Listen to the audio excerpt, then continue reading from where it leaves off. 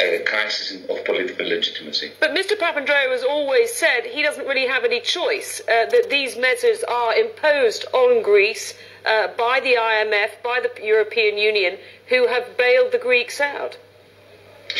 In one sense, I recognize the conundrum in which he found himself. He inherited an awful situation from the previous government, and just as he was finding his feet in government, the interest rate spreads of the Greek debt exploded.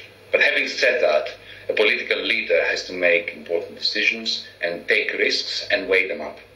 And accepting 110 billion euros on condition of austerity was a major assault on reason.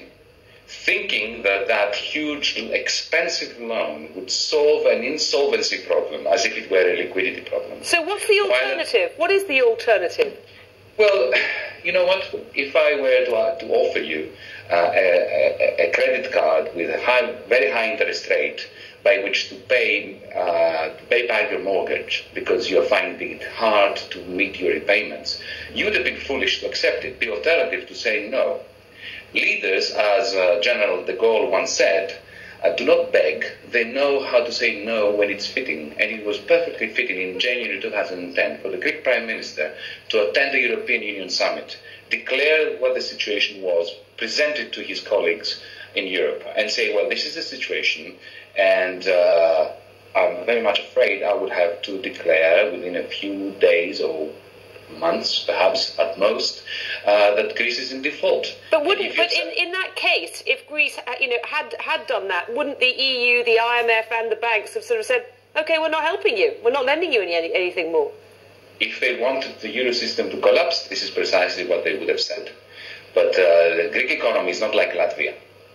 Latvia had a major fall in living standards after 2008 and stabilized the situation simply by creating what is called internal devaluation. Greece is well integrated in the banking sector of Europe, and the contagion that is going to happen when Greece indeed in the end defaults, because there is absolutely no way of avoiding it the way we're going, the contagion is going to see to it that the euro system, which was never designed to sustain a great shockwave like that of the credit crunch of 2008, well, it will be history, together with the living standards of the average Greek, I'm afraid. Yanis Varoufakis, thank you very much. You're welcome. Another town in northern Syria is bracing itself for an